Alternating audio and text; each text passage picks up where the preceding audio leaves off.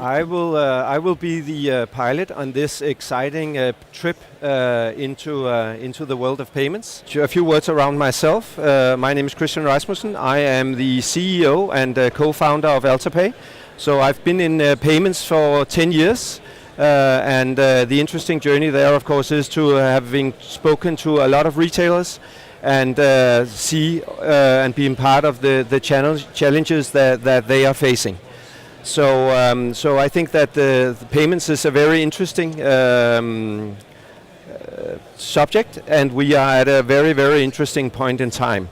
And that actually leads to some of the things that we hear from our retail customers is that some of their biggest concerns are around global giants like Amazon and Alibaba. And basically their capability of utilizing a lot of data and become very, very clever around their customers and utilizing these data in a very, very effective way.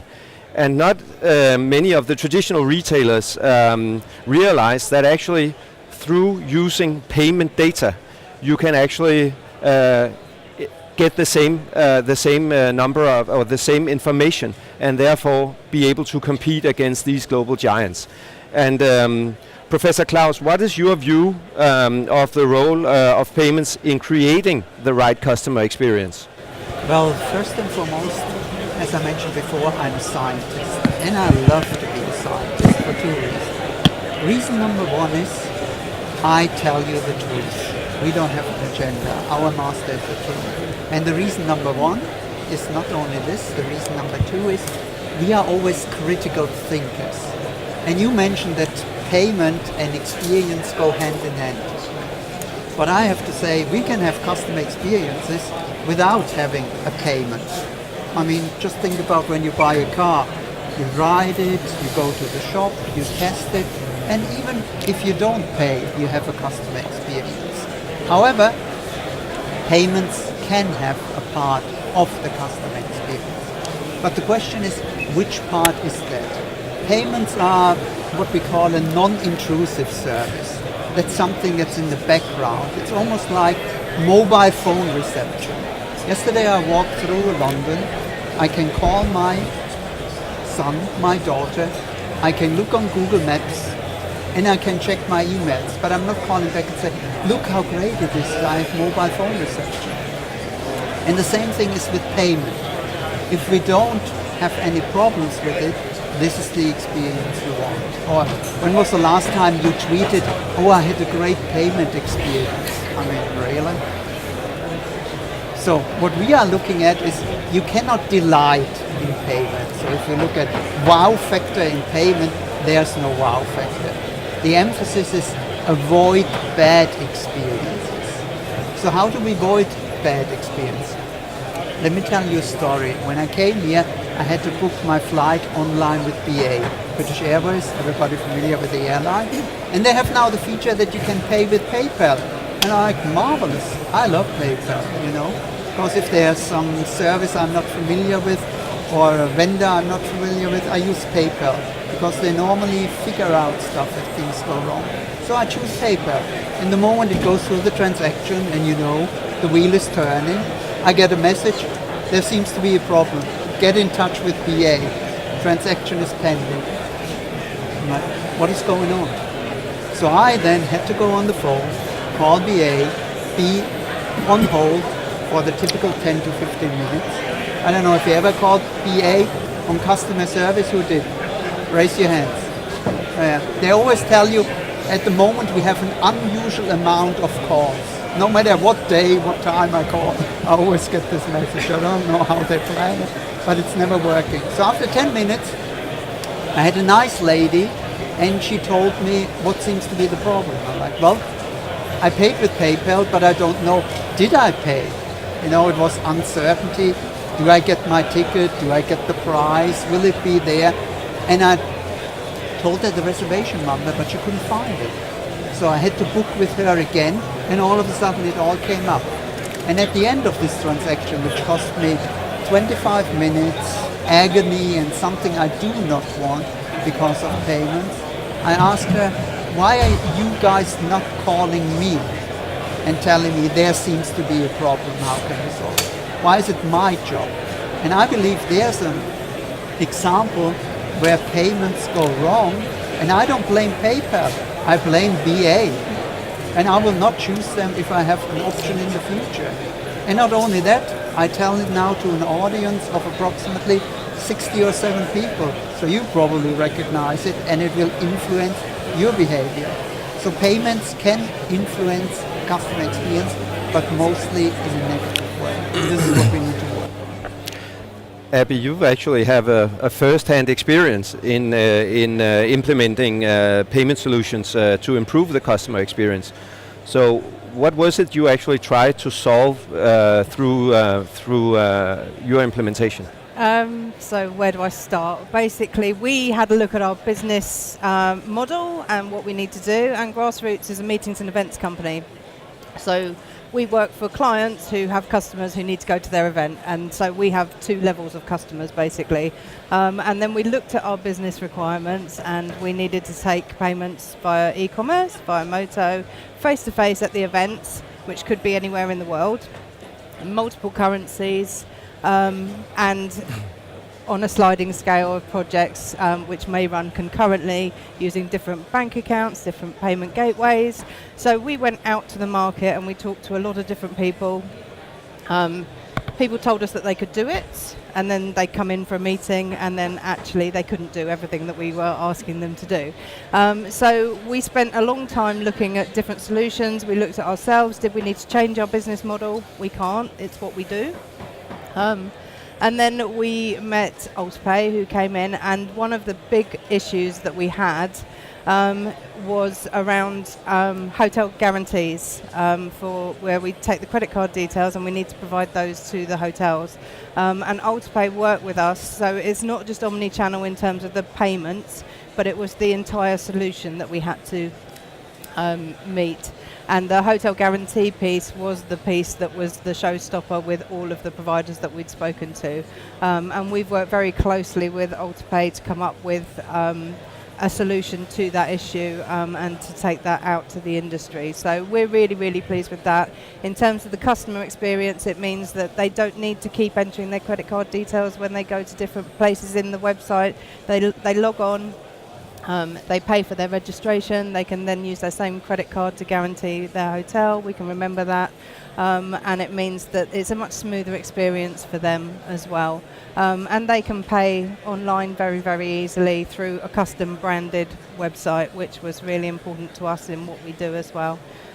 So we are happy with where we are, and in terms of face-to-face experience, we also needed to be able to manage those payments effectively when customers come to the event to pay, and we now have a solution, and we're looking forward to developments in that arena so that we can just get better and slicker and use the latest technology for that as well.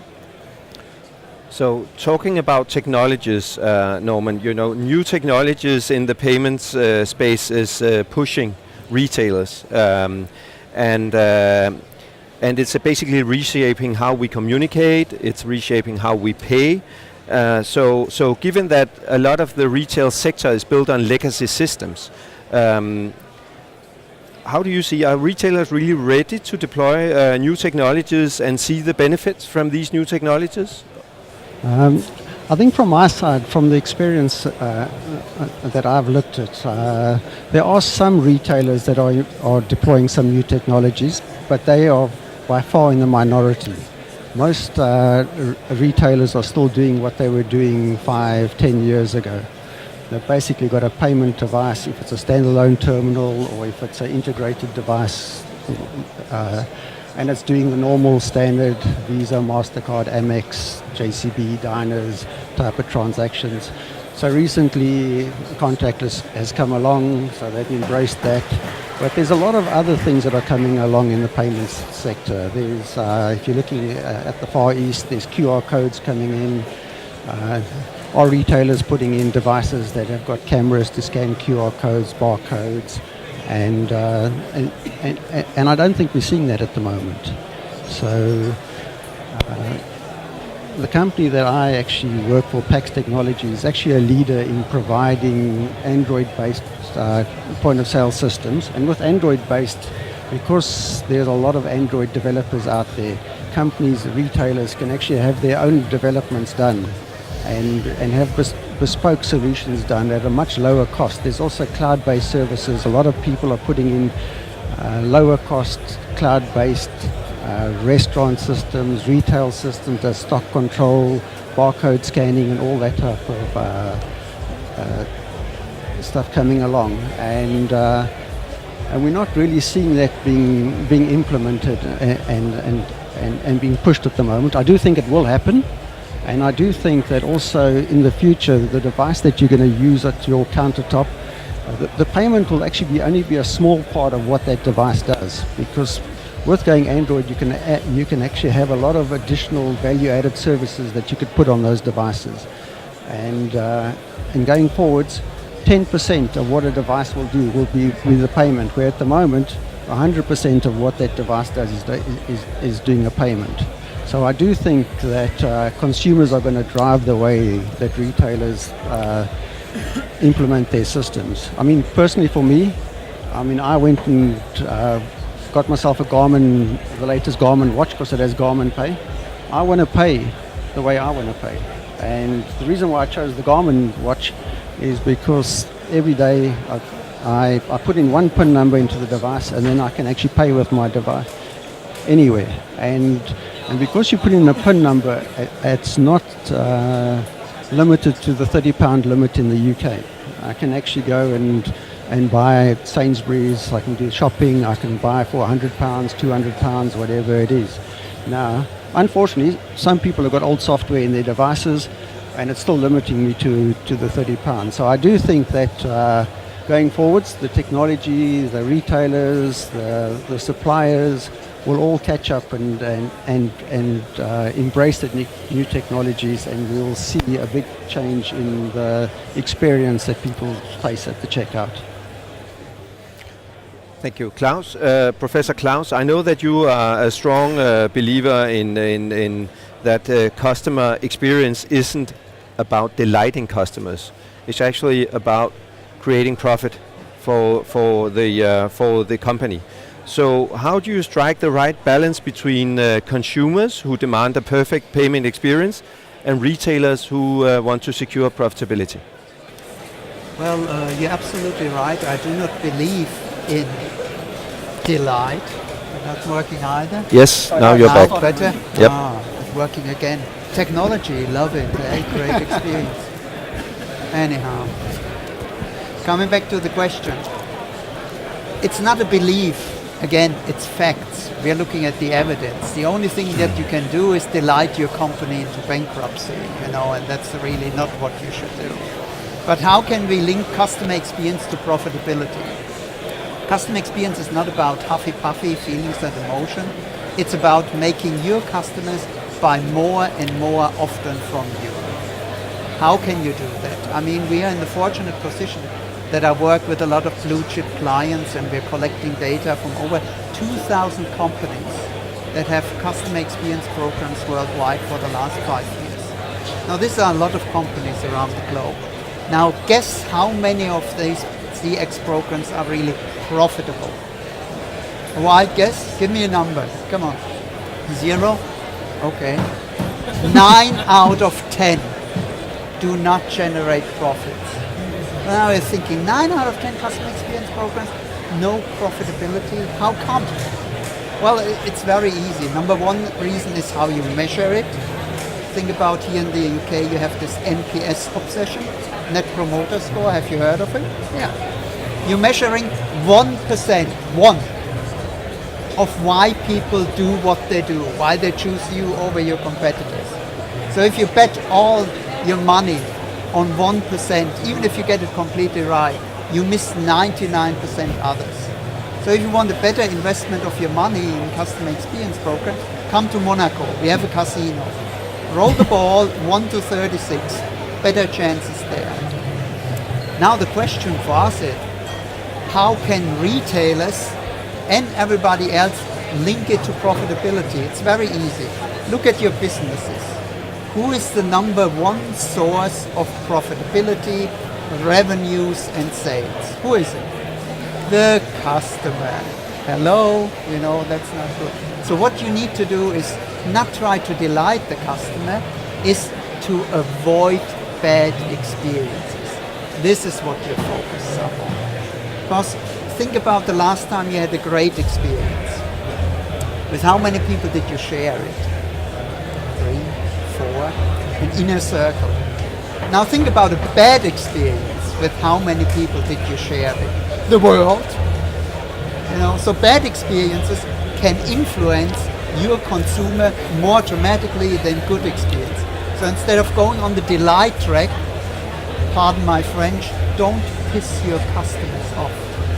This is your job. And payments can do it. I mean, we all know it. Do you have a stack of credit cards, like this debit cards? What's the deal with giving us a PIN number, for every single one? How do I recall them? There are better ways to do it.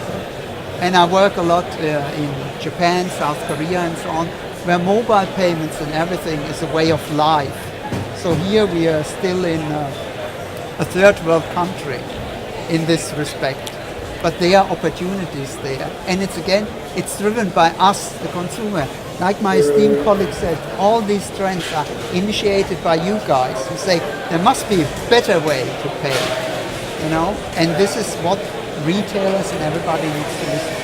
And if you find a partner like AlterPay who helps you to understand what consumers want in payment, can only be the benefit to you. So a lot of retailers are today running a separate channel for e-commerce and in-store. So Abby, what is your experience there? What do we miss the opportunity to get people back into store? So having the interaction between those two channels, that you actually have a purchase experience online, you return in store, and you have these things actually joined up. We're a little bit different in that arena because we're representing our clients. So the people that are coming to our websites, they need to come to the conference. So basically, failure is not an option from our perspective, and we have to be able to take that payment by any means to ensure that that person can get there. And if there has been we've got customer service teams to support that journey, and that's why we've got the same people on site so that we can take the payment if for some instance it's gone wrong before they've got to the event. But we absolutely need to be able to manage that in any way that we can. So we all know that we don't like to pay. So, but buying and selling, a component in that is actually always a payment. So, if you look at some of the recent successful companies, for instance, take someone like Uber, they make the payment process so simple. You don't think about it. So, how can you actually make the payments process as seamless and painless as possible? Norman, what do you from Pax's perspective? Yeah, so I mean, Uber is a good example. Last night took a taxi, Uber home. It's a great experience. I actually personally don't like the experience of taking cash out and paying a taxi. The thing about, do I give him a tip? Don't I give him a tip? I give him a £50 note that was only a £6 trip. He's going to give me cash back, and I quite like the idea that I don't actually make the payment. I get out. If I decide I want to give him a tip, I can do it on the app. And to me, that's a great experience because you're not actually doing the payment. I mean, wouldn't it be great? I mean, I live in Woking. I go into Guildford quite a lot. I mean, you go to the parking garage and there's still pay and display. Now I need to find coins to put into a machine to print me a ticket. Now, am I going to stay 1 hour, 2 hours, 3 hours? So I put in 3 hours and I leave in an hour. I've paid for 3 hours parking. Wouldn't it be great if Guildford Borough Council put in a system where you could register your credit card, your debit card, and they put in number plate recognition in all their parking lots in Guildford. You drive into the parking area, it picks up your number plate, and it bills you just for the minutes that you've been in that park. And automatically, as you drive out, it sends you a receipt to your email address that you've registered on the system. Same thing with Heathrow, Gatwick airports, places like that, where it's a pain to actually go and pay these things. So those are examples where you've actually got something like your car registration number, or you've got a mobile phone number or something like that, that you can register against and make payments. It's obviously a little bit more difficult in the store. So in a store you need to be able to still make that payment. But in a restaurant, I mean, it would be good if the device that the waiter took the order on could also take the payment. So when you ask for the bill at the end of the day, you can print it out from the device that he's got with him, and then you can take the payment straight away. You can check the bill, and you can give him the card. You can take the payment, process it right there, and then it closes off, and you can leave. I mean, one of the most frustrating things for me is sitting in a restaurant, asking for the bill that arrives 5 minutes later, then you're waiting around, waiting for the bill again. I mean, so all this technology is available today. With the Android-based systems, you can have a tablet-based system on the front counter of the restaurant, and the actual devices that the waiters carry are all Android-based, full EMV chip and PIN enabled devices, and you could do that. Also, QR codes. I mean, QR codes are going to come in at some stage here in the UK. In Africa, they're big. In the Far East, they're big, and you need to have a device that's got a scanner that can scan a QR code. And the guy wants to pay, he'll pull out his mobile phone, show his QR code, it'll scan his QR code and take the payment. There's going to be no PIN number or anything like that. So the actual payment experience at the checkout will be a lot better. Thank you. Are there any questions from the passenger teams here now that we are approaching the end of the journey, or otherwise I have a few prepared? So one of those that I think I would like to ask the panel is that, can you actually have a customer experience without a payment? Does that really exist? I think that's a bit of a theoretical question, but Guided at me. Well, you can have an experience without pay, and we all can. And we don't even have to have the experience with somebody. Remember the example I said, driving a car? For example, you drive a BMW, and then of course you decided that the Mercedes is the better car, and also you had an experience already there. Or think about whole businesses, TripAdvisor. You look at the experience of others which influence your decision-making processes. Does that make sense? So you don't have to have a payment to have an experience. I don't know what's going on there, some sickness back and forth. There are questions. There are questions, actually. So one of the first question here, do the panel expect to see further implementation of the Amazon Go model, or is it too soon? Yeah, absolutely. I mean, I went to an Amazon Go store. It's marvelous. And it's not the store, it's the principle. And the principle is also applied, for example, we work with the car manufacturer, who does exactly the same when you go to a fuel station. You don't need to get your payments out. The car is registered with the payment at your gas station. So you just fill your gasoline and off you go and you get a receipt. And there are plenty of examples for that. What it means is the currency number one for us as customers in the future is time. Give me time. Give me convenience. This is the currency. And if you make that like Amazon does, it's convenient and it saves me time. Yes, of course it will happen. It will happen in other industries. Wherever you go. And payment is a perfect example to do that. Why not? Do you think payment providers overestimate their importance in the customer relationship or customer experience journey? Historically, payments was everything, and now it's just a part of the experience. So, anyone from the panel who has an opinion here? My practitioner friends, yeah. I think that it's an intrinsic part. So basically, yes, like you say, if it goes wrong, you know about it. If it's seamless, then nobody bats an eyelid, and it's everything else that comes with that. I don't know if you've got anything else to add, Norman? Yeah, I would say that they don't overestimate the importance in the payment process. I mean, the payment provider has to have a stable system that's there working 100% of the time. So it might only be in the future a small part of what actually happens, but it has to happen first time, every time, and it has to happen quickly. So they're definitely not overestimating the importance in the payment side. And Norman, what about the role of RFID as an example? What is your view? I mean, RFID is big. I mean, you got Apple Pay, Samsung Pay, Google Pay, Garmin Pay. You're going to get a whole lot of more people that will release wearables that you can then use. I mean, I run a lot, and I now run without my wallet anymore because, I mean, when I say I run a lot, I'll go out on a 30-mile training run, and I used to carry cash with me, a card with me, stop at a shop, buy some water, buy a Coke or something like that. I just run with my watch now, and it's fantastic. So I do think that RFID is it's more.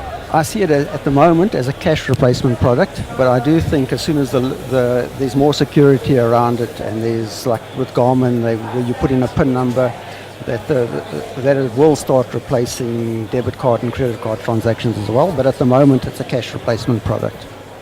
Yeah, and I think that leads perfectly into the next question. How do you see open banking impacting retail? So basically today we are all acquainted with Visa and MasterCard, but will there be some other technologies taking over from Visa and MasterCard as the way of paying?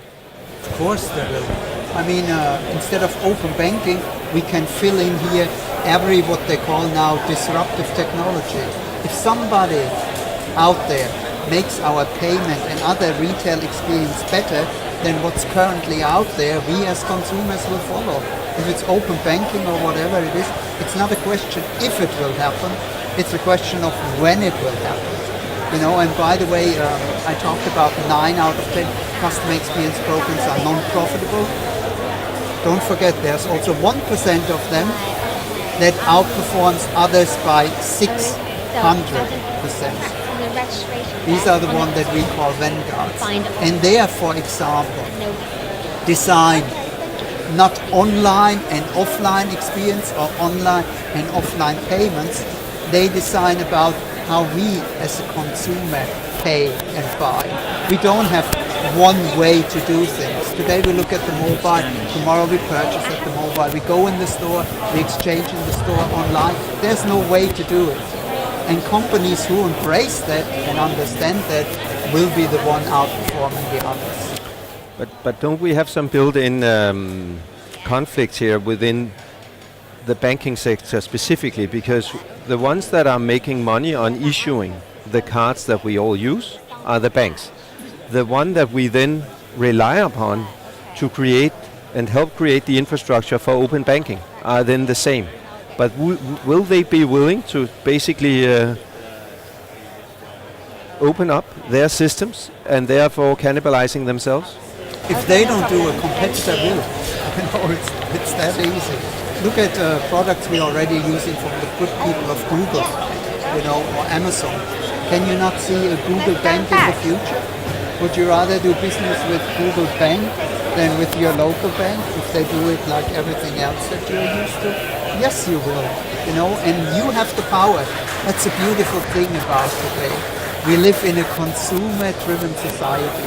You guys have the power of wallet right here, or in your case, right there. You can vote, and you will change that. And the question is just how quickly they adapt. It's not an option.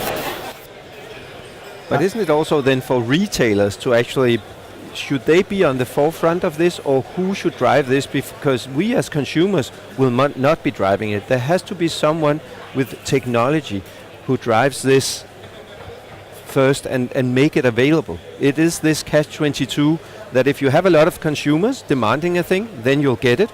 But how do you create that synergy between and create that cycle? Well, I will challenge you on that, because the example you used, Uber, is a consumer, a customer like us standing at the airport in a strange country, don't want to get ripped off by a taxi driver and exchange money. Somebody says there must be a better way of doing this. PayPal came by saying there must be a better way of payment. And all of a sudden we are like, yeah, why didn't I come up with that idea? And I believe this will here be exactly the same. I don't see that's any kind of, how shall I say, barrier to overcome. It's just a matter of time. Because we demand it, and today we can demand it. And that's great. You know? How cool is that? That it shifts. But retailers, instead of just reacting, should be proactive. Yes. Instead of saying, like you mentioned, oh, we have to now have accept that mobile, that mobile, that mobile. They should be the one who offering probably can we do that better to their customers. And this is where I believe your industry, the payment industry, has a crucial impact. You guys can say we know better than anybody else why they use it. So why don't we help you designing it? Why do I have to have go in a shop and want to pay with my mobile and say, oh, sorry, no Samsung mobile here, or sorry, not this here. Or yesterday I wanted to purchase something with my card that normally goes, and they said, give me a PIN number. I said, I never use my PIN. Yeah, but there's no signature on it. I'm like, yeah, I don't know my PIN. What you gonna do? I mean, why make it complicated on us? Just make it easy. And the easier you make it, the more we will choose you over others. So I think that basically underscores, our tagline, making buying and selling easy. So I think that on that note, I think we should, unless there are more questions, we should finish off the session. Actually, I have a question. Yes? We can't hear you. Can you just turn my mic up? We can't hear you. Thank you. It's absolutely fascinating to listen to this. Can you hear the question now? Yes. Lovely. From your experience, Dr. Klaus, when do you think it's going to be that a huge company like British Airways is going to wake up to the issue they have and realise it's going to have a big effect on their bottom line? You've got all the new tech companies, all the disruptors coming in and say, well, of course there's a different way to do it. What's it going to take? What's it going to take? Consumers choosing their competitors. As always, BA is just one example, like everybody else. When there's change, we are reluctant to change. No one wants to change. Don't get me started. Change management programs, what a disaster they are. We don't want unless we have to. And the only one they have to is when more and more people choose their competitors or somebody else comes in the market and disrupts it. Forgive me the quotes and disrupt, because I think that's just rubbish. They're not disrupting, they're just delivering better experience that we were always looking for. It's just somebody who's listening to their customers. When will they do it? Well, when they start losing significant sales and revenues, then they will react. That's the kind of company they are, unfortunately. Thank you very much for your time. Thank you. Have a lovely day. Yeah, enjoy yourself. Thank you very much indeed.